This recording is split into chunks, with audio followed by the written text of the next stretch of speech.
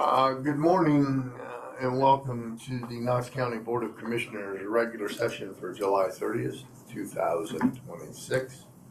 This morning we have EMA update report. Amy, I'll turn it over to you and you can introduce yourself and the floor is yours. All right, well, good morning, everyone. I'm Amy Stewart and I'm the director for Knox County EMA. So we had some director changeover. The previous director is now at Fredericktown Police Department, and I was promoted last month, yes, to the director. So that's what I've been doing for the last about 6 weeks is getting my feet underneath me and going from there. So just some updates. We participated in, I put on a school administrator tabletop exercise back at the beginning of June. It closed our quarterly meetings with our school administrators and law enforcement and first responders that we have a program called P20. You've heard me talk about that, so we finished it up, like I said, in June with the tabletop. It started, just as a little background, it started off as a normal fight, and then it escalated with a death as the result of the fight.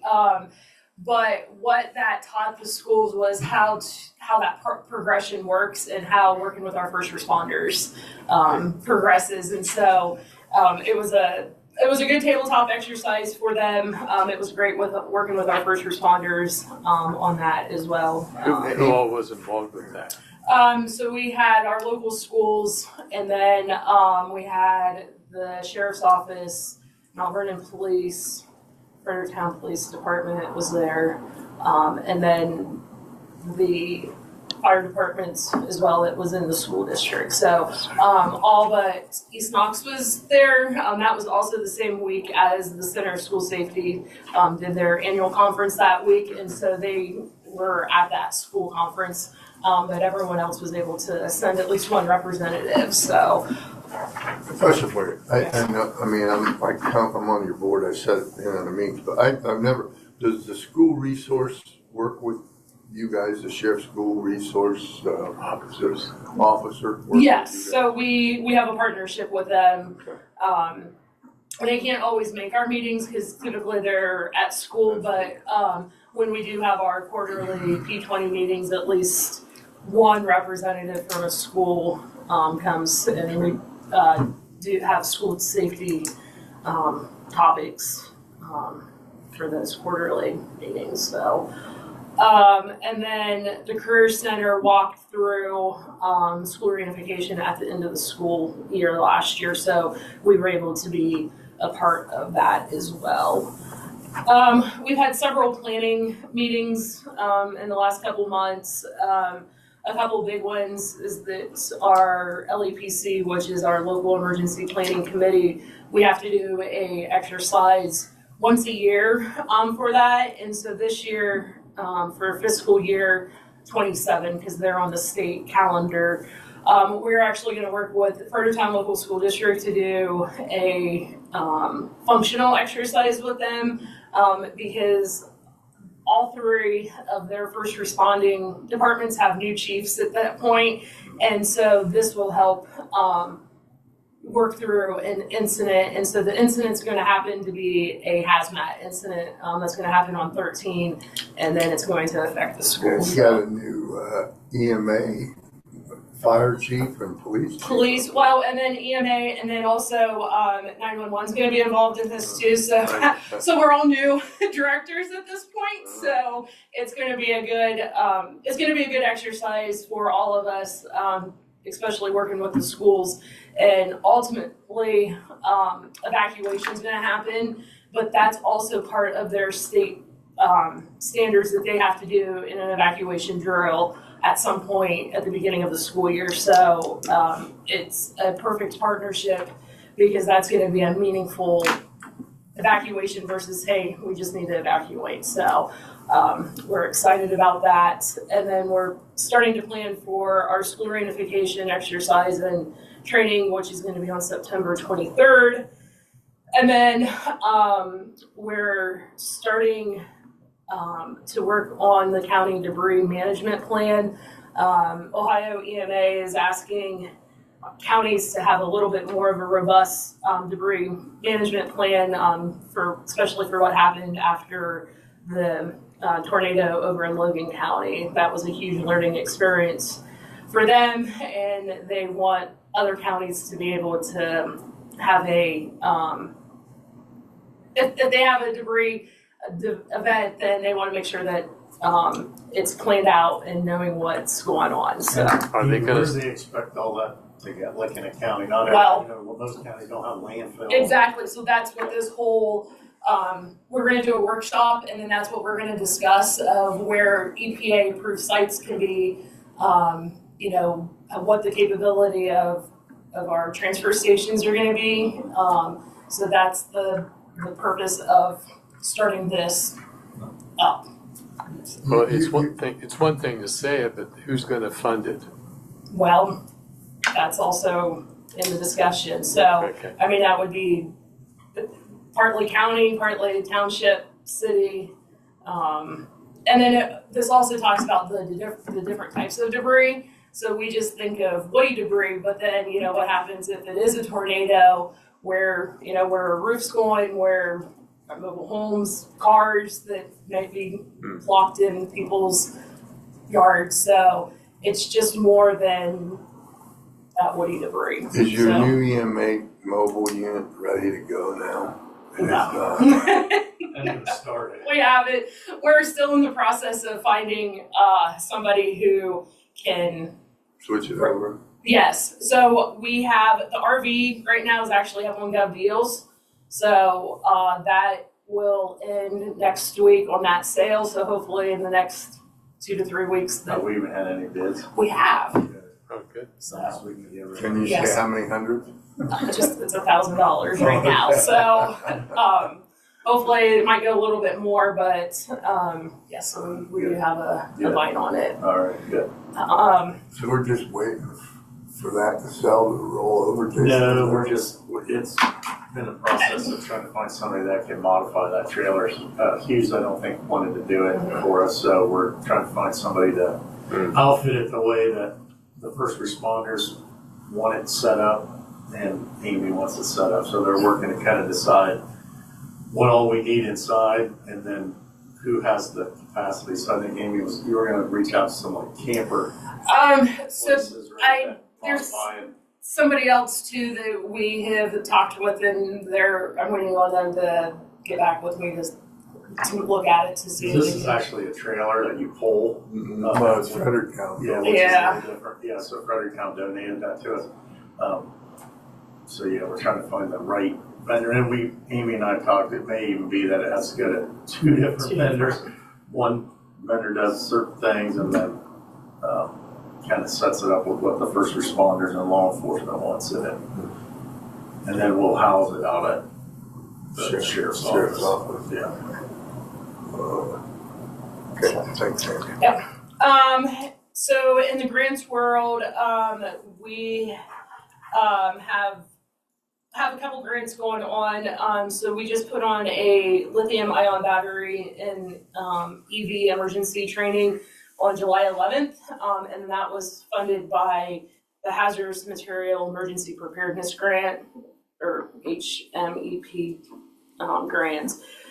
And so I'm working through that to get reimbursed for it. And then our EMPG fund grant, which reimbursed our counties, I have expended the almost $59,000. So that has come back into the general revenue fund just as this week. So, and then another big one was I secured a $250,000 Homeland Security grant. And so I am in the process of, we're going to be buying barriers to help secure our outdoor events. So So would those barriers be available also for the voting over here? Because we buy barriers on that. Yeah, so we'll be able to use, because that will be a temporary setup, so we'll be able to use that. That's good. Yeah, so I'm excited about it. And I haven't got you an answer yet on this. So Okay. Amy had asked me if we could potentially store those down at our new Building. transit building. Not inside, but we were thinking down where that ramp, Oh, the area we're not gonna use, where it kind of goes down and flattens out. But I need to check to see if the HOA allows outside storage of stuff. So Okay. we'll have to find that out. that would be good. Because you said there's gonna be two My goal is to get 2 of them. trailers, on them, right? Yeah. Well, if we put a roof over that, then it's not outside. Yeah, that'd be a big roof. Yeah. Blanket. So the other thing that's going on is that we have a partnership with Knox Public Health. Suzanne Gaprich, who is the public health emergency coordinator, is going to be, well, she is working 16 hours a week with me. So that way that we can get some stuff and keep moving on our projects that we've been doing. So she started that on July 1st, and it's been going well since then. So That's good. other than that, we talked about the mobile command and then our new one. And then I've just been having some community partner meetings the last couple weeks, and then the fair's happening this week. Yeah. So you've been busy. I have been busy. So how do you like has it changed your dynamics a lot, the new role versus the old role? No, not really. I mean, I thoroughly enjoy it. So this is fit my personality really well. So I'm excited about it. But yeah, other than that, I'm just keep on trucking. And the EM world, it's great because I have a great we have a great partnership with our surrounding counties. I think you've heard us talk about that.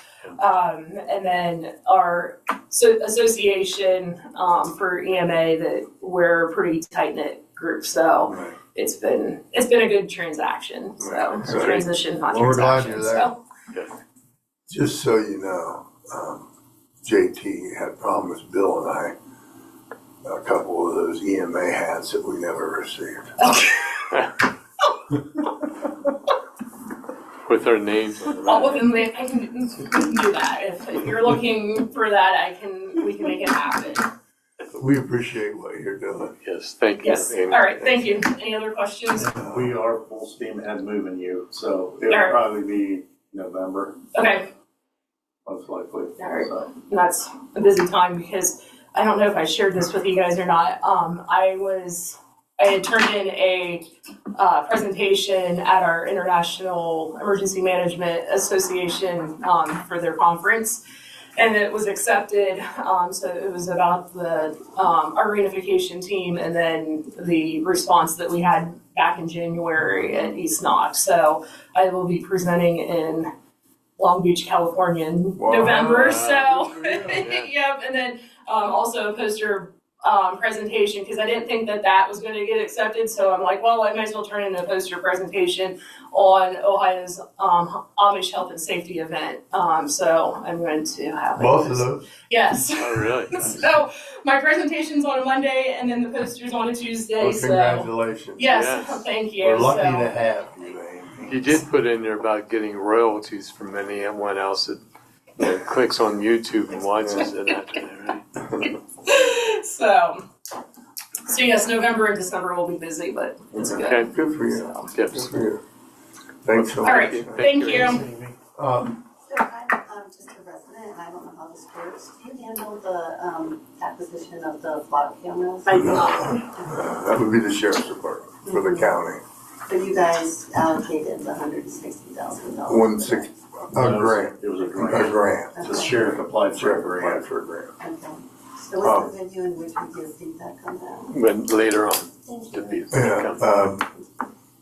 Yeah, this is all, no, that's okay. This is all podcast and live, so, Yeah, I just told people it was live. yeah. so we'll move forward then. At the end, we usually let citizens or constituents have a bit. So if you want to hang in there, we'll finish our commissioner's business and then give you the opportunity to look at us and wave or whatever you want to do at that point. Jason, I'll let you go ahead. Okay, all right, commissioners, we have a resolution just honoring the retirement of Pam Schaefer, the Human Resources Coordinator. And Pam has been with Knox County since August of 1985. So she has had a long and distinguished career, and she will be retiring effective tomorrow. Yes, she's been a good servant for the county for all those years, and good. I'll make a motion to approve. Second, those in favor say aye. Aye. Aye. And then we also have another resolution honoring the retirement of Laura Webster as the Knox County 911 Director. And she began her career in July of 1995 with service to Knox County. That's great. Make a motion to approve the Laura Webster. Second, those in favor say aye. Say aye. Then we have a utility permit for Columbia Gas on Avalon Road in Morris Township. And so moved. Second, those in favor say aye. Aye. We have change order number 1 for Crawford Construction for the Knox County Engineers Howard Danville Road Bridge Project. This is an increase of $108,206.40, and this is for adjusting the existing line item quantities to reflect additional quantities for performed and quantities not performed, in addition of the plow driving line items. So this is the county engineers funding, and there's several items in here, quantities up, quantities down, to complete that bridge project. Yeah, and they're almost done. I guess they got a tract right in the middle of it, so no one goes across there. Yes. Make a motion to approve. Second, those in favor say aye. Aye. And that will just require one signature. Bill can sign that. And then we have contractor application for payment number 2 to Smalls Asphalt Paving for the annual resurfacing 2026 project. And this is in the amount of $574,159.37. This is for Dunham Road, Montgomery Road, Connector Road, Utica Road, Vincent Road, Majors Road, Prospect Road, and Brinkhaven Road. That's quite a few. Make a motion to approve. Second, those in favor say aye. Aye. And then the last thing we have, just entered into the record, no resolution needed, but just that we received an updated letter from St. Mary's Development Corp. This is for the north of Vernon proposed project where they're looking at building down there.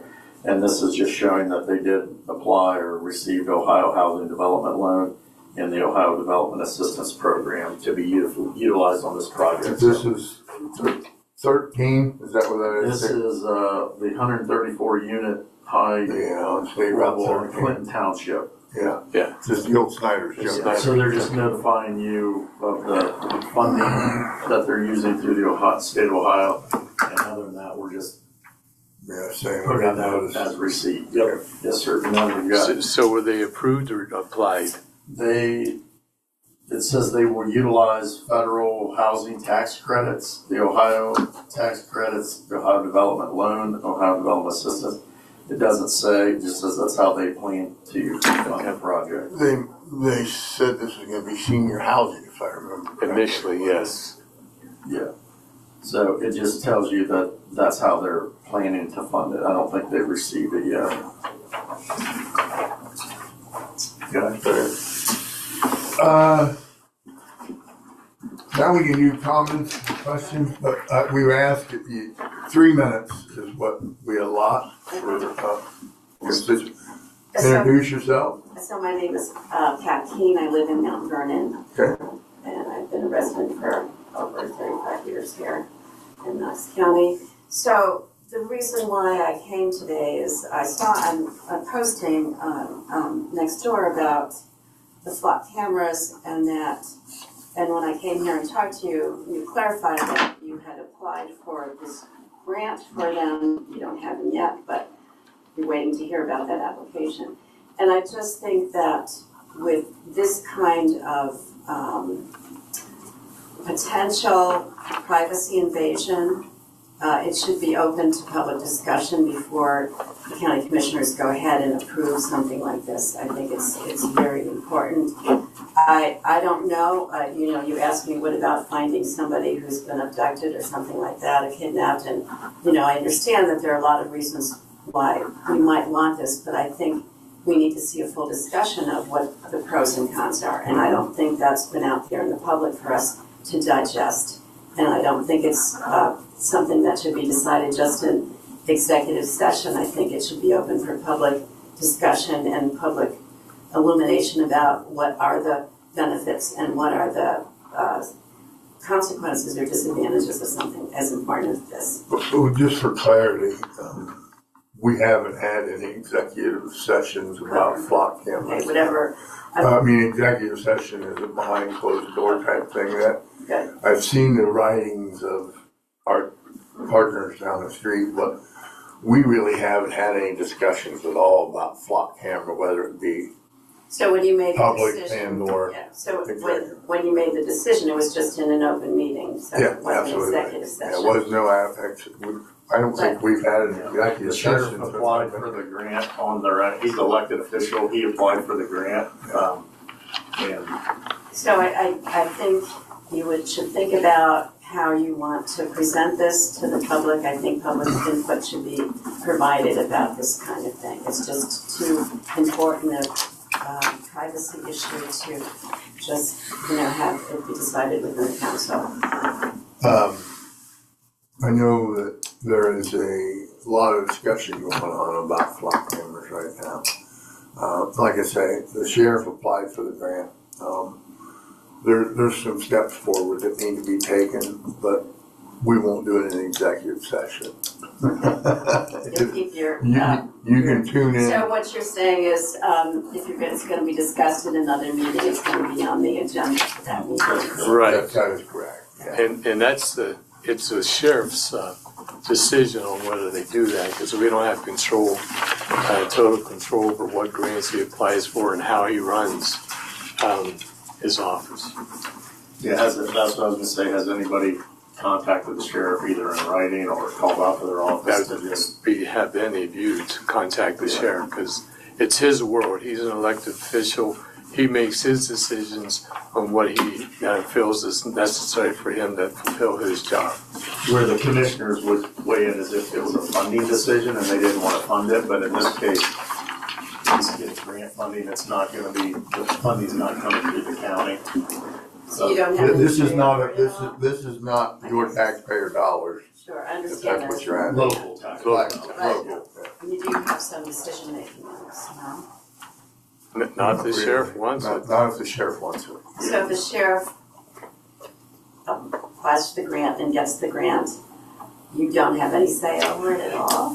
That's what He's you're elected. saying? No, he's an elected official. We have no say So over are it. you. Yeah, but he But they're not the sheriff's boss, Yeah. he's an independent elected official. So it could come down, if it was required county funding, the commissioners could choose to not fund that. But in this case, it's not county dollars that are being used to fund it. federal.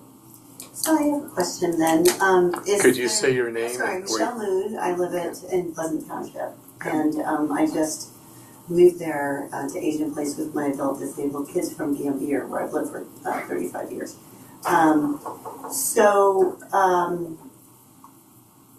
There's no power that you guys have to make an ordinance or something, that anything that gathers resident data and needs a public discussion. The county commissioners are an administrative body, so it's, a lot of times there is confusion. So like a city or village, they can pass ordinances, they can pass law. The county commissioners are only entrusted to just enforce state law, that's it. We can't, they can pass a symbolic resolution, but it has no authority. No They can't pass laws or ordinances or anything like that. They just take the oath to support the laws of the state of Ohio. And so unless the state does something like that, Township doesn't have they it. cannot either. The villages can, cities can pass ordinances, And but villages can, they can, and and cities can't. That's So- correct. So at the end of the day, at the end of the day, we're pretty much a budgetary commission. We look after your dollars. We don't pass law or. Each elected official in the county is in charge of their own office. The commissioners have the budgetary control that they can get things, but if it's like that in the case of a grant, that's a little different because it's not going to increase his budget through the county general fund. So since I just moved here from a village where we could make ordinances, Yeah, because it's a difference, yeah. would you consider a resolution? I don't know what the resolution would do. Yeah, it wouldn't do any good because, It's just symbolic. It's, yeah, right. So unless the state passes the law or entrusts it or puts something out for the commissioners to do something that they can do locally. Other than that, yeah, the state would have to hand us down the authority to make a resolution to ban flock cameras. So, To give you the power. yeah. Thank you so much for taking the time to explain this. but I think if you are, I mean, not a commissioner, I'm the county administrator, but I would say if you're displeased by them or there's a group that's displeased by them, I think Contact the you should sheriff. let the sheriff's office know either in writing or call out there. I think to let them know because it was their decision to apply for the grant and their decision to Right. install them if they get the grant. Yeah, I think there's a lot of pros and cons for this subject. Did you watch the meeting from Monday night? I read the article. That was just a quick gloss on the issues. So in terms of finding people, there were only 14 Amber alerts in last year in the state of Ohio, and the licensing thing didn't help with those. I have not done any research Yeah, because we it's- haven't. Right. Well, I won't bore you with No, it. you're okay. So for example, there's only 60,000 people who live in this county, right? 63. 63. Sorry. That's all right. Well, so then I don't know exactly. So it was 150 something thousand discrete license plates were scanned in 30 days, in just a few that the Mount Vernon Police Department. Say So that number again, I'm sorry. it's 152,000 License plate, that's how many they discrete scan. license plates scanned. So the one thing I've noticed since I followed my husband to this county is how much we value our freedoms and our privacy, and very much so. And